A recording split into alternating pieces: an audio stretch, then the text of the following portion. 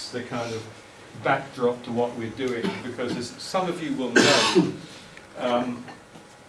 a long time ago now, 2005, Willie and a team which included not all of us but quite a few of us then worked on this document called the St Helier Urban Character Appraisal.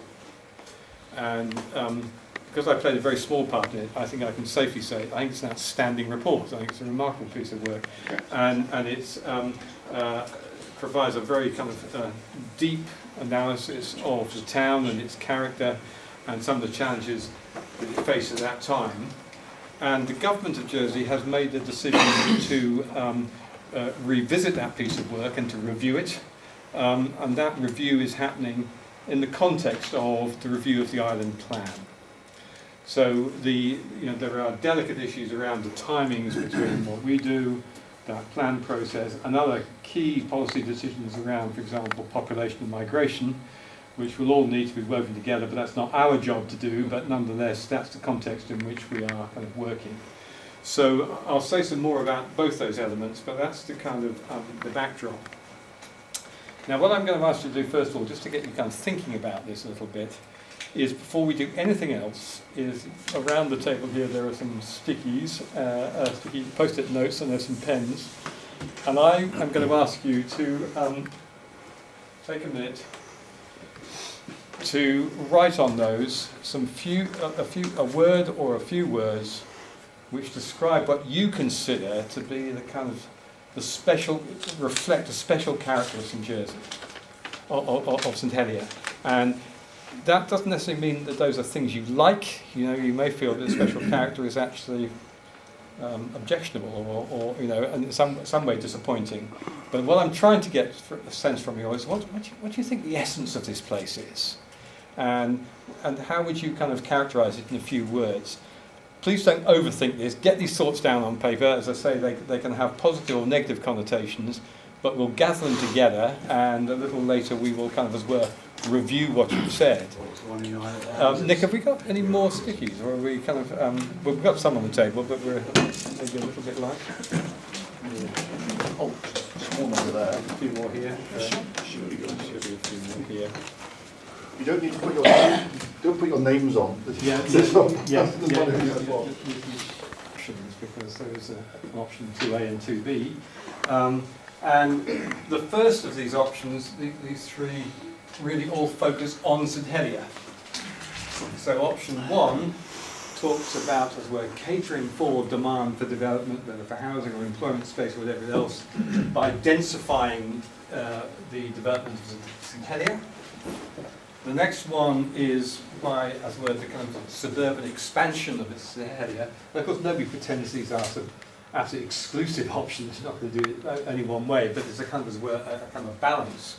So option 2A is about the expansion into the urban fringes and the edge of the countryside.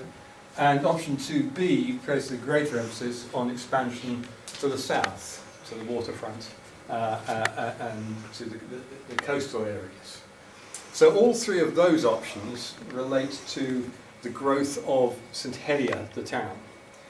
And then you've got another set which are more about the distribution of development around the island. So option 3 is around concentrating on existing settlements but increasing their density. And option 4 is about concentrating on existing settlements but expanding them.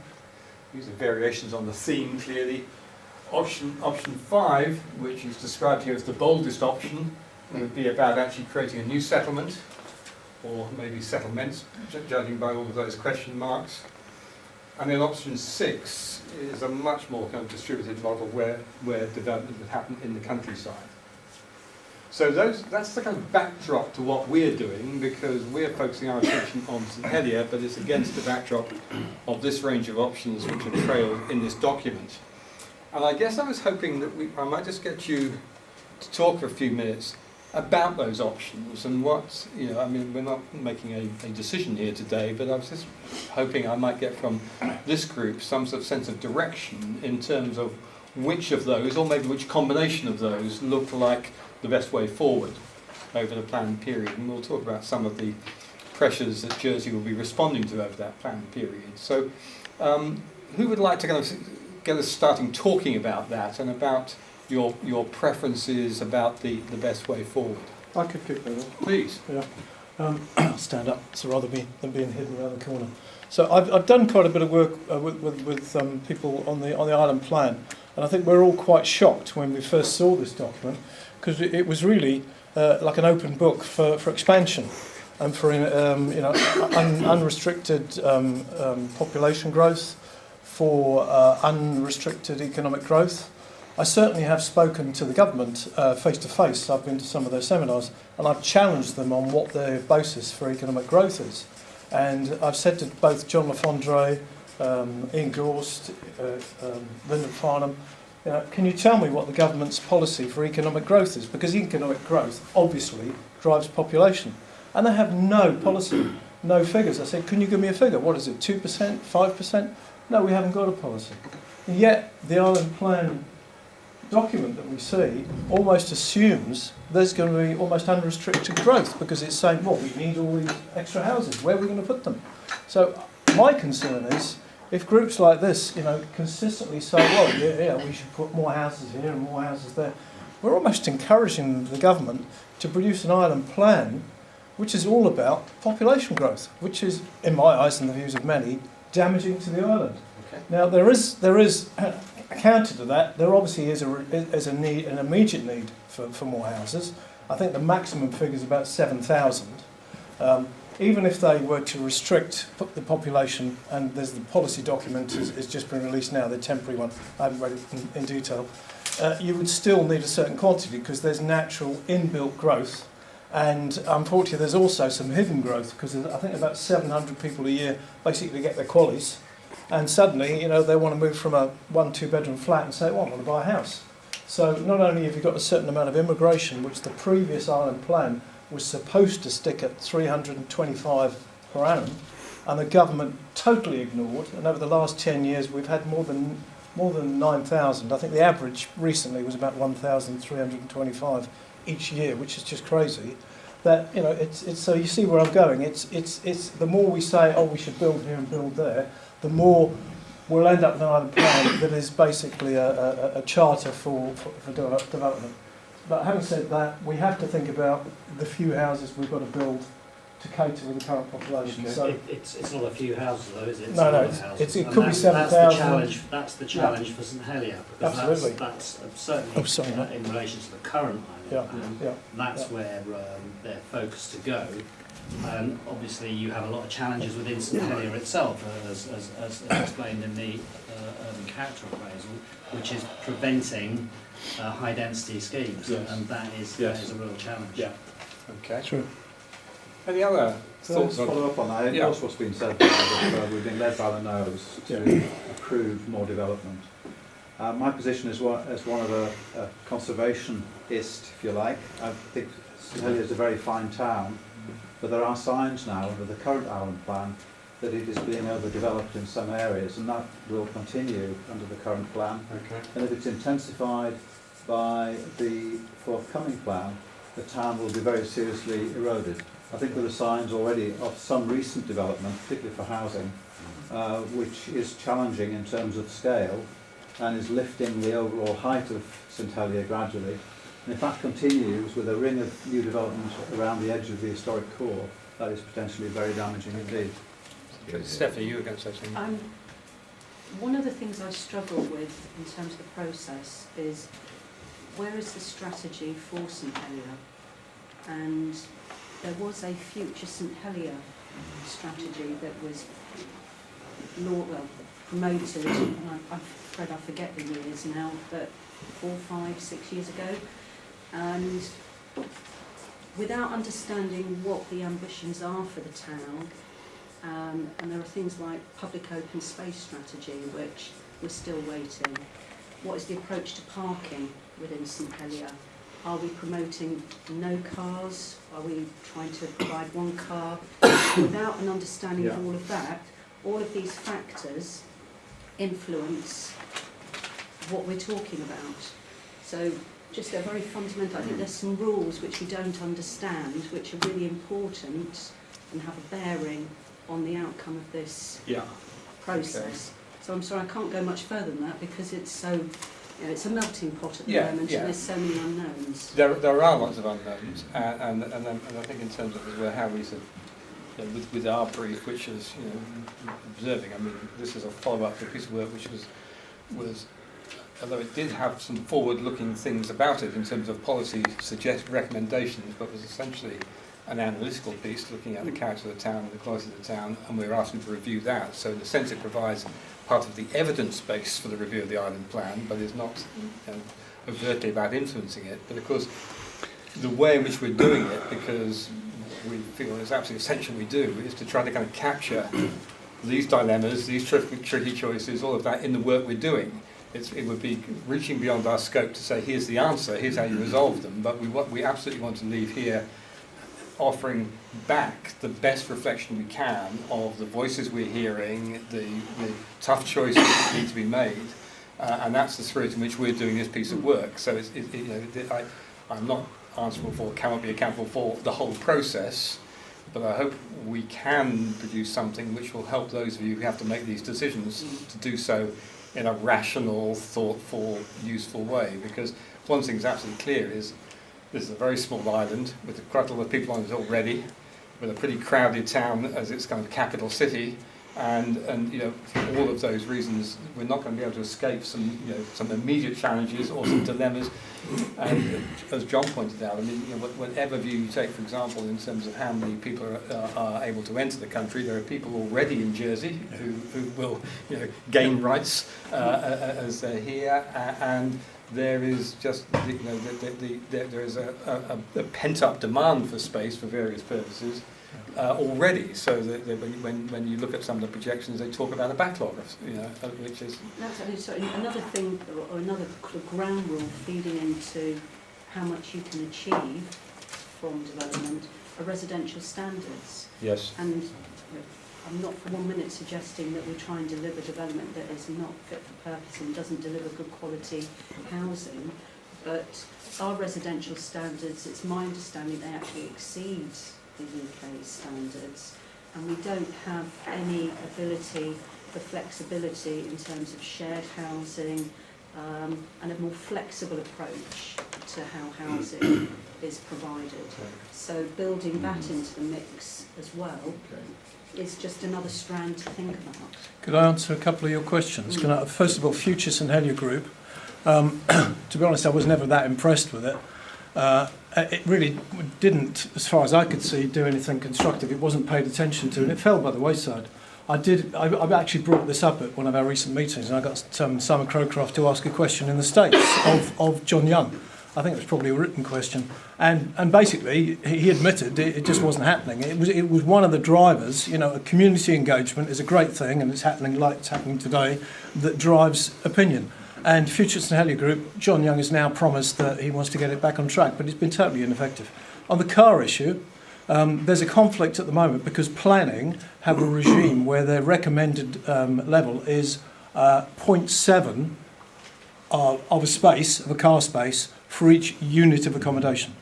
So if there's 10 flats, they just need 7 spaces. The parish of St Helier... That's not the policy at all. Oh, sorry, what is it? Well, we're still running old standards, which effectively are the 0.7 was a reference back to an Andean scheme for affordable housing. Okay, so what is policy? There isn't one. It's still in draft at the moment. So okay, it's effectively on a case-by-case basis. It was my understanding it was 0.7. Anyway, I was going on to say St Helier will be discussing this because it's the Roads Committee that does the recommendations. But the current policy that was driven by the previous committee and the Constable believes in, he thinks everybody should be able to have a car.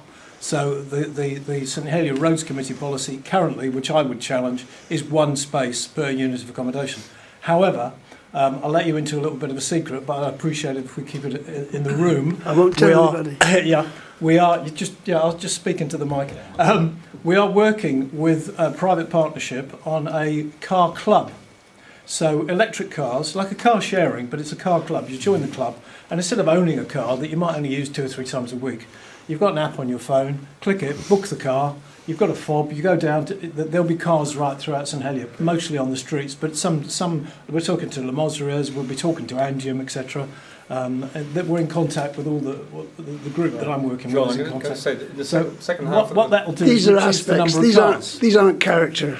Yeah. I mean, If you don't need so many car parking spaces, then you change the character in the of the second buildings. half of this workshop, Yeah. I'm actually going to be asking you to actually talk about some of the kind of issues and Yeah, I just solutions wanted that to you answer the see. question. Thanks. Can I comment on this? With this use of the word character, because that implies to me visual.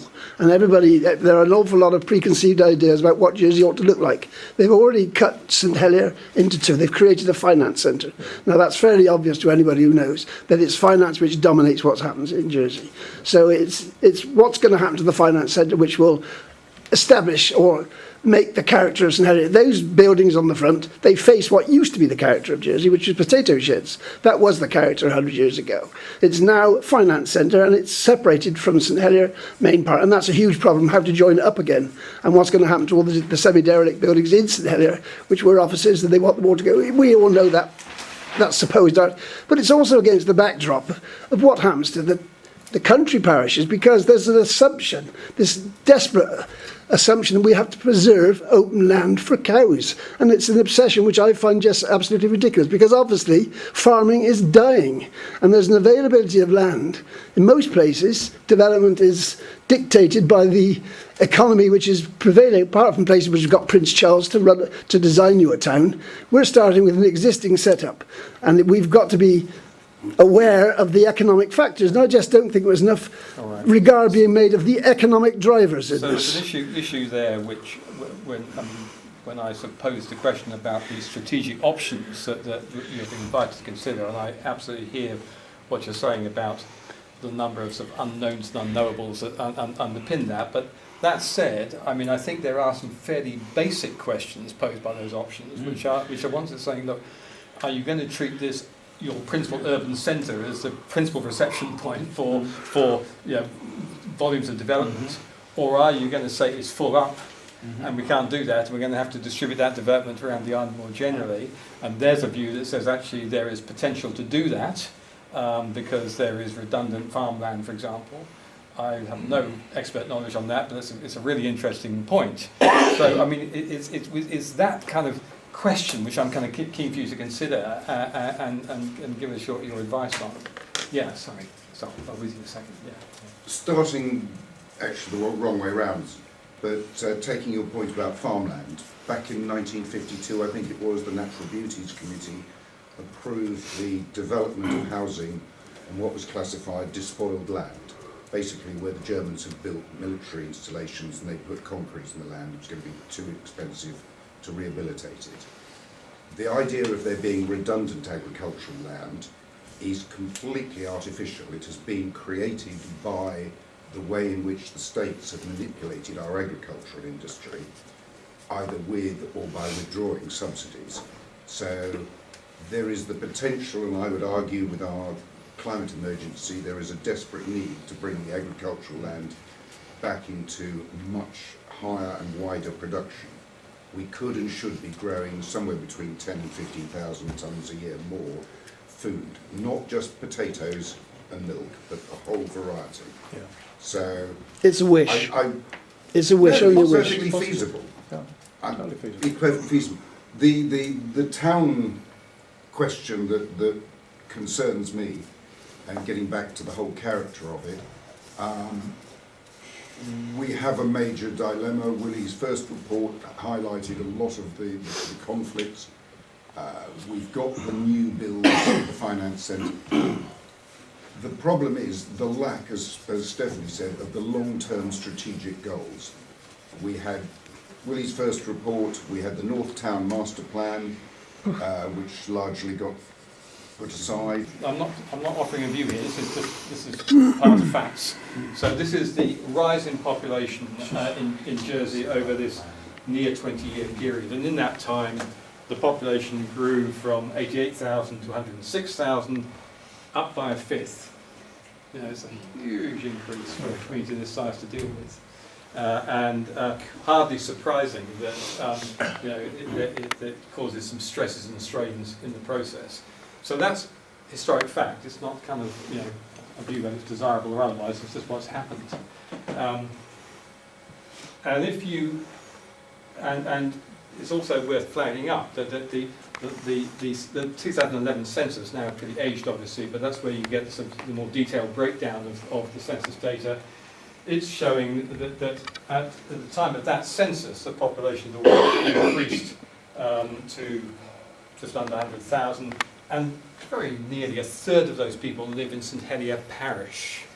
And a conversation which we had this morning, which you may want to return to in some ways, was a question about defining St Helier as, you know, Greater St Helier, the real St Helier, if you like, the town and its actual functional suburbs, irrespective of the parish boundaries.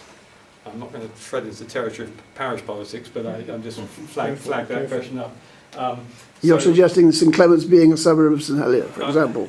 Is that the sort of way you're thinking? Well, I'm just suggesting that practically and functionally there are places which join on to St Helier, the town, which spill beyond the parish boundary. No more than that. And that was a kind of a view which we discussed this morning.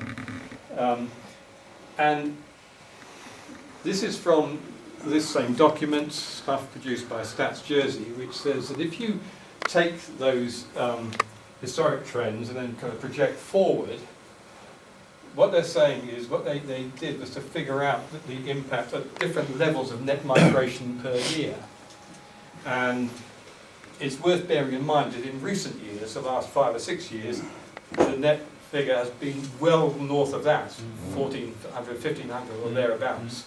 So you might argue that by suggesting that the population could rise to 122,000 by 2030, that could even be considered to be a conservative estimate relative to recent trends. So, you know, that's a fact we need to consider. When you're giving us these population figures, are these people with and without qualifications? Yeah, They are? Okay, as long as we understand that. And then Stats Jersey turned that into an assessment of the level of housing need implied by those numbers, and they offer a breakdown in the different categories of non-qualified, owner-occupier, qualified rent, social rent, which I'm not in any shape or form qualified to discuss, but what you can see is an aggregate at the same level of growth, about 1,000 per year, you would need over the decade to add 6,700 additional dwellings. So, I mean, whatever, one of the things I think we need to think about is, I mean, Stephanie began by highlighting the many uncertainties we're dealing with here, which I happily acknowledge, but I think one of the things you've got to start to say is, what's the prospect of nil migration? Nil, probably. Can I add some information to that? That's Some okay, government Chief. information. The new sewage treatment plant, which is coming online in 2020, is built for a population of 118,000. Right. So maybe the states know something that they don't want to tell us. Okay. So, It's really too small. I'd just like to ask Ralph a question, actually. Sorry, Ralph, to put you on the spot. But that figure there, 6,760, is between the period 2021 and 2030. Yeah. We're also told that there's a shortfall between 2018 and 2021 of 2,750. Is that additional to that amount? So that's the period, so that figure there from 21 up to 2030. Yeah. If you wanted to look at performance of the current plan against what we planned for versus what actually happened, then obviously you could actually factor in an additional number of homes as saying that they are technically something that we didn't build out, but Yeah. if you met the actual population. So does that, can you add that amount to that figure there? There's an argument to that as well. There's also an argument around that figure as well that you wouldn't build 6,760 homes because there's other things that you can do. There's downsizing, there's under occupancy, there's sort of like vacant homes. So that's not a pure new build number, absolutely. and that's not a number I think you should look at in that respect. If we're going to look at numbers, there are 20,000 people, it is said, who need to apply for their settled status in Jersey. They have to have done it. If they haven't done it by the end of next year, there are 20,000, 7,000 have so far applied. You could have the rest of them be liable to deportation. So when we're merely talking about immigration coming in, there's a whole number of many thousands of people who could find themselves catching the boat out. So are these factors taken into account? I have no idea, to be honest. I mean, is there a working assumption that we're in a sort of deportation mode? Well, that's what the law says. One number not unique to Jersey is the number of empty houses, which hasn't been addressed. Yeah. I think there's 3,000. Am I right, Andrew? 3,000 empty houses in Jersey. Yeah. Now, if the government There's or a even lot. the parish was to say, right, let's put a tax on these whilst they're empty, you'd probably find 1,000 of them would be, straight back on the market. Again, Well, I in a community of this size, I think normally you would expect there to be, with buying and selling and Yeah, in refurbishing, between. you would expect there to be probably 1,000 Yeah.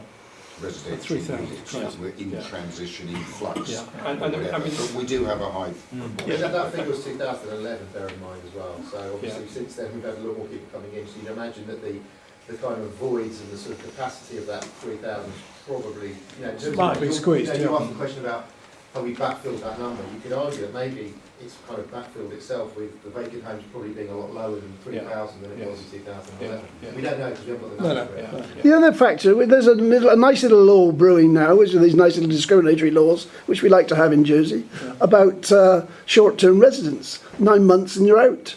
Now, can we possibly calculate what effect that's going to have on? Because most of them finish up in town. Yeah. Well, I mean, let me pick up the point that Ralph made, and I think it's really important here. I mean, I'm showing these numbers because they're publishing there, and they're therefore kind of a part of this debate about planning assumptions. I mean, as Ralph has rightly said, once you've got your, as well, best available estimate of the housing demand generated by this level of population change, you've got a separate conversation about how you how you manage it and how you supply it. And of course, it won't need that number of new units built. Because there's ways to optimise the existing stock, and there may well be other factors at play, which means that damps down that level of demand. But I think the point we really want to stress at this point, because this takes us into territory which is way beyond our competence or our brief, but is simply to say that when we're having this discussion, it is a reasonable working assumption that you're going to be working in a situation where you're going to have to, among other things, supply quite a lot of new homes across Jersey and in St Helier itself. If St Helier only took the current share that the parish has of the housing stock, you'd be talking about 2,500 homes or something in St Helier. If you did no more sophisticated than that, you simply look at the present level and the share. So I don't want to interrupt you, but when we talk about special character, does this allow for perpetuating discrimination in the way it operates there? I mean, these housing quals and these absurd restrictions on people's well-being. Does it stay? I'm going to plead the fifth on this. I mean, I have no competence. I can't give you a useful answer. But how can we have a character assessment if it doesn't? It's a reasonable guess that the requirement is going to go up, and therefore we need to accommodate more, and therefore we need a plan. Is that what you're saying, John? I am indeed. Yes. Yeah. No, And is it not also true that we have a shortage of housing at the moment that we need to? And the condition of a lot of the housing is appalling. Can I mention one very important point that we haven't touched on, which Not is that we're trying to, well, in addition to what may or may not happen in the future, it's what is needed now, Yeah. which we need more homes, Yeah. according to the And we don't need porta cabins. one important point we haven't touched on, and is fogging this conversation completely, is the fact that the census doesn't marry with the island plan. So we're looking at the last census is practically 10 years ago.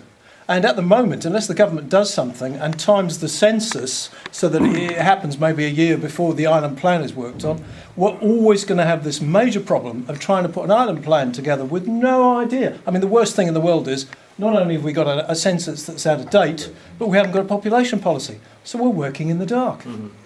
And you've heard the confusion about that in this room. Well, I have, but I think I've heard quite a lot of kind of agreement that while there's serious work to be done as well to refine this argument and to narrow I mean, let's take it as granted, issues like this, uncertainty is just inherent, it's intrinsic. So we're never going to be able to rule that entirely, but I think you've begun to point to the ways in which you can narrow the kind of field of uncertainty, and I think that'd be sensible. But I also hope that, and Chris, I'm grateful for your intervention, because it's exactly what I'm saying, that I think that whatever the precise quantum, here is a town already sort of feeling under strain in some places, and a town that's already received a lot of additional population in recent years, faced with another decade of the same, and the precise scale of that change is to be determined, but it seems to me very hard to picture a scenario in which the population of St Helier will not grow in the next decade, and quite substantially so. And whatever your feelings about that, it seems Based on what, though? Where's the economic driver for it? Where is it going to be over 10 years? There was 1,000 farms just after the war, 1950. There's now 20. Okay. Where's the driver for it? Nothing like being asked a Dairy question farms. with a Hey? Mike, with respect, we're here for the St Helier character. Well, but it affects the character, doesn't it? This is the character of We're the whole trying- island. Yeah, but I mean, I've come here to listen, Well, and I'd like to try and see something develop out of it. you'd like to hear a Have problem some that can very be strong solved, views. but I don't think it can be on the analysis that we're looking at.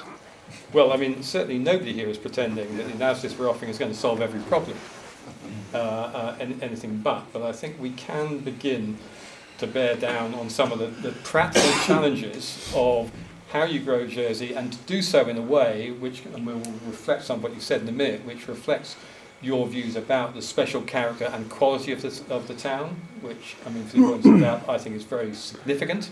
It's a special place in all kinds of ways, and I think we need to reflect that.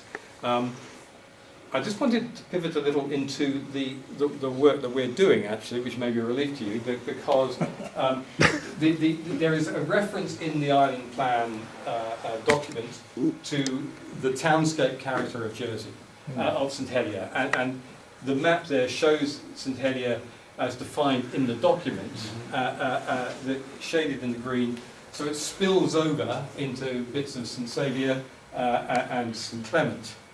As I said, this morning's conversation suggested that actually the real St Helier is a bigger space than that, and you'll have some thoughts on that. But so the process that's been going on already has been asking people questions about new development in the town and how to deal with it and how that should be dealt with in a way which protects and enhances what's most important.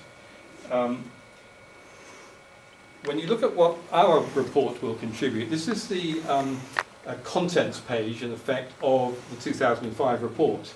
And what we're going to be doing now will kind of echo this, which is to say that the first 2/3 of the report or thereabouts provide a really sort of fine-grained analysis of the urban character of St Helier, and from a number of perspectives which are listed here.